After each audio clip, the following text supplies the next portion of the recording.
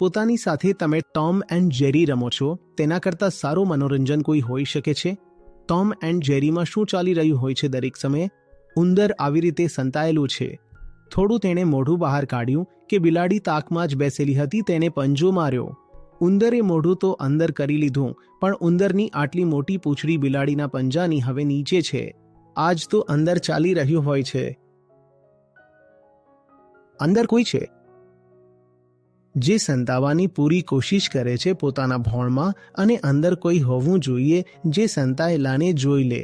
આ જબરદસ્ત મનોરંજન છે જે માણસ પોતાને જોવાનું શરૂ કરી દે છે, પોતાને સમજવાનું શરૂ કરી દે છે. તમે જોશો કે સસ્તા ગંદા મનોરંજનની તેને કોઈ ઈચ્છા રહી નથી જતી, કારણ કે તેને અસલી મનોરંજન મળી ગયું છે.